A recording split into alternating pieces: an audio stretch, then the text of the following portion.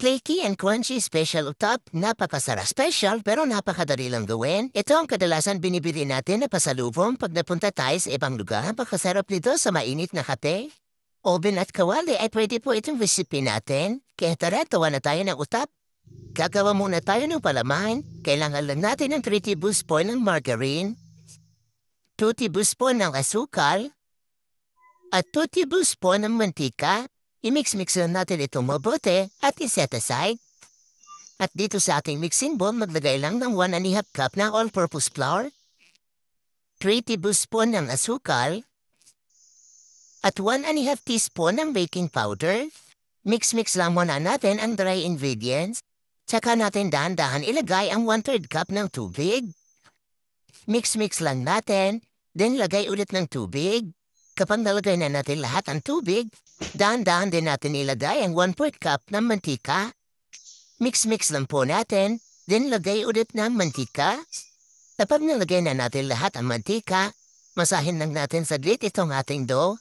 Hindi naman ito kailangan na masahin talagang mabuti. Takpan lang natin ito ng plastic at i-rest ng 20 minutes.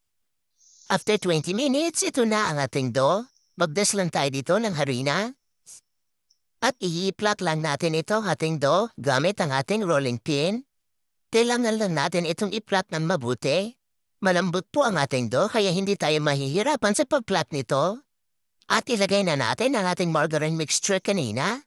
Hindi ko po naubos itong margarine mixture natin, kalahati lang ang nagamit ko. At ganyan lang po ang gagawin natin. Sundan yun na lang po ang ginagawa ko.